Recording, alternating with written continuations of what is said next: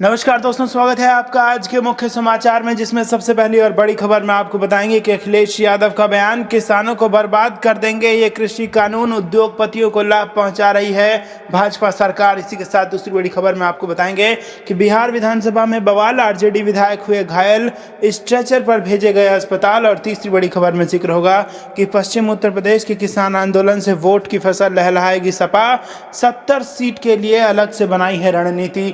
दोस्तों, हर एक खबर की गहराई में आपको ले जाएंगे, लेकिन उससे पहले अगर आप भी देश के किसानों के साथ खड़े हैं तो आप अभी इस वीडियो को लाइक कीजिए और इस लाल बटन को दबा के चैनल को फ्री में सब्सक्राइब करके घंटी बजाकर कमेंट में लिखिए जय हिंद। दोस्तों, रुक करते हैं तमाम बड़ी खबरों की तरफ। अखिलेश यादव बोले, किसानों को बर्बाद कर देंगे ये कृषि कानून, उद्योगपतियों को लाभ पहुंचा रही भाजपा सरकार। जी हां दोस्तों, समाजवादी पार्टी के राष्ट्रीय अध्यक्ष और पूर्व मुख्यमंत्री अखिलेश यादव मंगलवार को मेरठ पहुंचे। उन्होंने जनसभा को संबोधित करते हुए कहा कि आजादी की लड़ाई में मजदूर और किसान के बेटे शहीद हुए हैं। उन्होंने कहा, शहीद धन सिंह कोतवाल को कोई नहीं भूल सकता है। उन्होंने कहा, अगर क्रांतिकारियों ने अपने जीवन की बाजी नहीं लगाई होती तो आज हम आजाद नहीं हो पाते। अखिलेश ने 23 मार्च को ऐतिहासिक दिन बताया है। उन्होंने कहा, अगर देश में यही व्यवस्था चलती रही तो देश फिर से गुलाम बन जाएगा। उन्होंने कहा, देश में कंपनी आई थी और उसने देश को गुलाम बना दिया था। उन्होंने कहा, देश के लिए शहीद हुए ज्यादातर क्रांतिकारी मजदूर या किसान के बेटे थे। अखिलेश ने कहा, ये तीनों कृषि कानून देश के किसानों को बर्बाद कर देंगे। उन्होंने कहा, पंजाब के किसानों के आंदोलन की वजह से उत्तर प्रदेश के किसान जागरूक हुए हैं।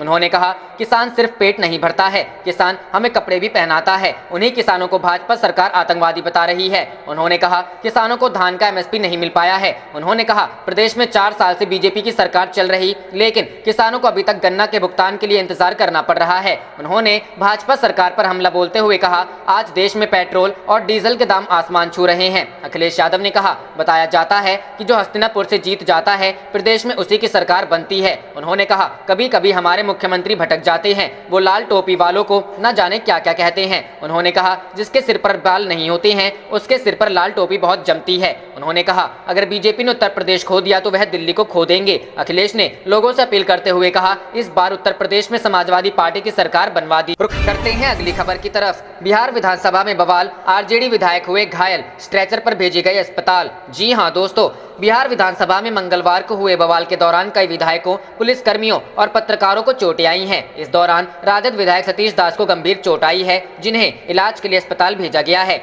वहीं सीपीआई के विधायक सत्येंद्र यादव और राजद विधायक रीतलाल यादव के भी घायल होने की सूचना आ रही है। राजद विधायक सतीश दास ने आरोप लगाते हुए कहा कि उन्हें पुलिस ने बुरी तरह से पीटा है। घायल विधायक के लिए एम्बुलेंस बुलाया गया और स्ट्रेचर पर लादकर उन्हें अस्पताल में भर्ती कराया गया है। बिहार के संसदीय इतिहास में मंगलवार का दिन अमंगल के रूप में आया। पक्ष विपक्ष की जिद ने ऐसी स्थिति पैदा की कि बिहार एक बार फिर शर्मसार हुआ। सुबह से शाम तक पुलिस बिल के खिलाफ सड़क से सदन तक संग्राम छिड़ा रहा। विपक्ष बिल को सदन में पेश होने से रोकने पर आमदा था। उसका तर्क था कि इससे आम आदमी का अधिकार छिन जाएगा। वहीं सत्ता पक्ष का कहना था यह विशेष पुलिस बिल है, इसका सामान्य पुलिस से कोई सरोकार नहीं है। यह बिल मंगलवार को ही पेश होना था। इसके विरोध में सुबह 11 बजे विधानसभा की कार्रवाई शुरू होते ही विपक्ष ने हंगामा शुरू कर दिया। सदन में न सिर्फ बिल की प्रति फाड़ी गई, बल्कि उप मुख्यमंत्री तारकिशोर प्रसाद से इसकी प्रति छीनने की भी कोशिश की गई। हालांकि इसका सत्ता पर ने तीव्र प्रतिकार किया। वहीं शाम को जब बिल पेश हुआ तो सदन के अंदर और विस अध्यक्ष के कार्यालय के बाहर धरना और नारेबाजी शुरू हो गई।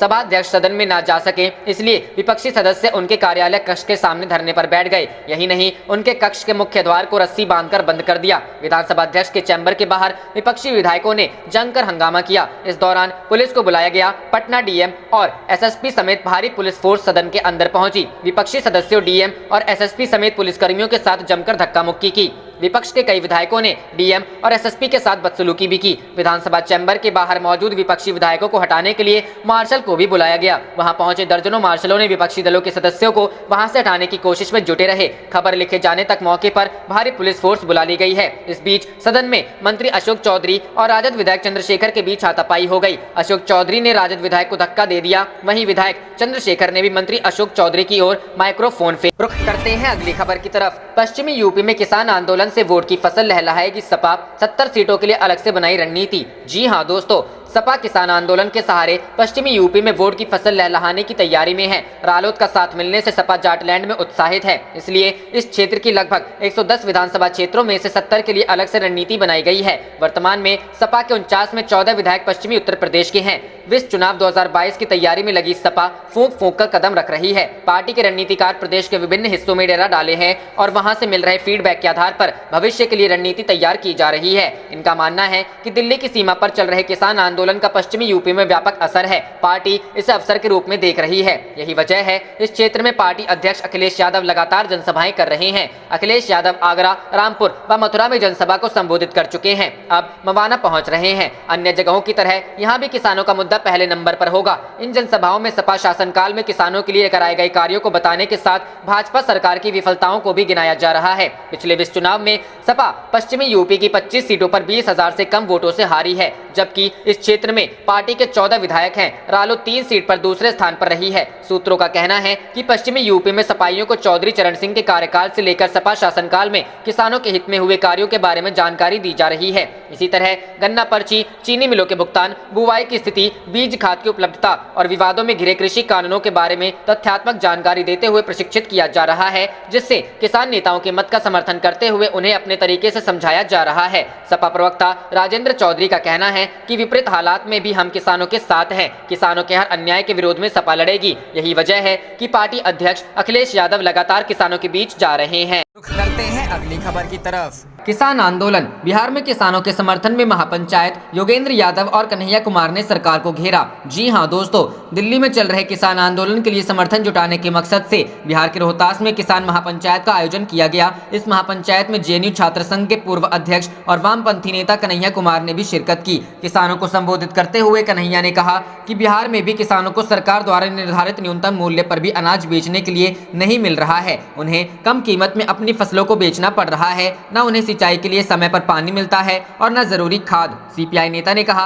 कि स्थिति यह है कि बिहार के किसानों की माली हालत दिन ब दिन बिगड़ती जा रही है। बिहार सरकार ने तो वर्ष 2006 में ही मंडी सिस्टम को खत्म कर दिया। आज बिहार में कोई भी मंडी नहीं बची है। ऐसे में किसान को अपना अनाज सस्ते में बेचने के लिए मजबूर होना और भटकना पड़ रहा है। महापंचायत को स्वराज इंडिया के राष्ट्रीय अध्यक्ष योगेंद्र यादव ने भी संबोधित किया। रुख करते हैं अगली खबर की तरफ। 19 लाख नौकरी के मुद्दे पर तेजस्वी यादव ने नीतीश सरकार को घेरा, बोले आईना दिखाना जरूरी। जी हां दोस्तों, बिहार विधानसभा में नेता प्रतिपक्ष तेजस्वी यादव ने रोजगार और अपराध के मुद्दे पर एक बार फिर से बिहार सरकार को घेरा है। मंगलवार को पटना में होने वाले आरजेडी के विधानसभा घेराव कार्यक्रम से पूर्व तेजस्वी यादव ने पत्रकारों से बात की और अपना पक्ष रखा। तेजस्वी ने कहा कि बिहार में लगातार बढ़ रही बेरोजगारी और अपराध के खिलाफ विधानसभा का घेराव किया जा रहा है। उन्होंने कहा कि यह सरकार बैकडोर से आई है और जनता का कोई काम भी नहीं कर रही है। सरकार ना तो लोगों को और ना ही सदन में सही से जवाब दे रही है, इसलिए हम लोग इस सरकार के खिलाफ विधानसभा का घेराव कर रहे हैं। तेजस्वी ने कहा कि आज बिहार में सरकार को आईना दिखाने की जरूरत है। इन लोगों ने अपने घोषणा पत्र में 19 लाख रोजगार देने का ऐलान किया था, लेकिन नहीं दिया। जनता ने हम लोगों पर भरोसा किया और जनादेश भी दिया, लेकिन क्या हुआ यह सब कोई जानता है। तेजस्वी ने कहा कि इस काले कानून का सदन के अंदर और बाहर हम पुरजोर तरीके से विरोध करेंगे। तेजस्वी यादव ने कहा कि सीबीएसई का पेपर तो कहीं लीक नहीं होता है, लेकिन बिहार बोर्ड का पेपर हमेशा लीक होता रहता है। उन्होंने अपराध के मुद्दे पर भी बिहार सरकार को घेरा। बिना अनुमति के विधानसभा घेराव करने पर तेजस्वी ने सफाई देते हुए कहा कि हम लोग डॉक्टर लोहिया के आदर्शों पर चल रहे हैं। तेजस्वी ने कहा कि पुलिस का काला कानून फाड़ने वाला है और हम लोग इसका पुरजोर विरोध करेंगे। रुख करते हैं अगली खबर की तरफ। हिरासत में लिए गए तेज प्रताप और तेजस्वी यादव बिना अनुमति कर रहे थे प्रदर्शन। जी हां दोस्तों, बिहार की मुख्य विपक्षी पार्टी आरजेडी ने राज्य विधानसभा के बाहर बिहार विशेष सशस्त्र पुलिस विधेयक 2021 के खिलाफ विरोध प्रदर्शन किया। इस दौरान विधानसभा में विपक्ष के नेता तेजस्वी यादव और उनके बड़े भाई तेज प्रताप यादव को हिरासत में ले लिया गया है। बता दें कि जिला प्रशासन की अनुमति के बगैर प्रदर्शन किया गया, जिसमें कई कार्यकर्ता घायल हुए हैं और तेजस्वी और तेज प्रताप समेत आरजेडी के तमाम कार्यकर्ताओं को हिरासत में लिया गया। आरजेडी विधायक मुकेश रोशन ने बताया, राज्य सरकार द्वारा ये जो कानून लाया जा रहा है वो बहुत ही गलत है। अगर ये पारित हो गया तो बिहार के लिए आज काला दिन साबित होगा। मालूम हो कि बिहार में बढ़ती बेरोजगारी, भ्रष्टाचार, बढ़ती महंगाई समेत विभिन्न मुद्दों को लेकर राज्य की मुख्य विपक्षी पार्टी आरजेडी आज विधानसभा का घेराव कर रही है। हालांकि प्रशासन ने इसकी अनुमति नहीं दी है। इस बीच आरजेडी के नेता तेजस्वी यादव ने कहा कि महान समाजवादी नेता राम मनोहर लोहिया का कहना था कि सड़क सूनी हो जाए तो सदन आवारा हो जाएगा। आप देख रहे थे आपका अपना चैनल जय हिंद जय भारत।